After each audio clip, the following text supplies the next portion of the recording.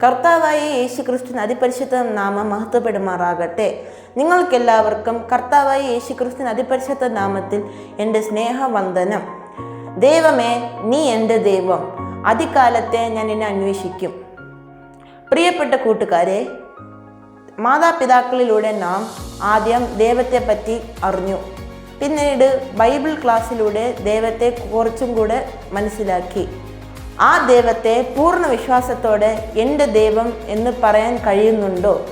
ആ ദൈവത്തെ കൂടുതൽ അറിയാനായി ബൈബിൾ വായനയ്ക്കും പ്രാർത്ഥനയ്ക്കും സമയം കണ്ടെത്തുന്നുണ്ടോ? ശമൂവേൽ ബാലനെ നോക്കുക.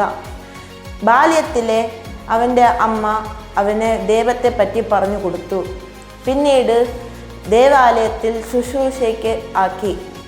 ദൈവസ്നേഹവും വിശ്വാസവും ശമൂവേലിനുണ്ടായിരുന്നത് കൊണ്ട് സന്തോഷത്തോടെയും വിശ്വാസത്തോടെയും അവൻ ദൈവത്തെ സേവിച്ചു.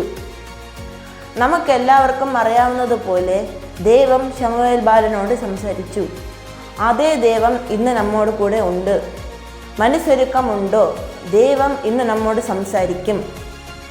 ദൈവസ്നേഹവും വിശ്വാസവും ഉള്ളവർ ആയിരിക്കാം. കർത്താവായ യേശുക്രിസ്തുവിൻ്റെ കൃപ നിങ്ങളുടെ കൂടെ ഇരിക്കുമാറാകട്ടെ. ആമേൻ.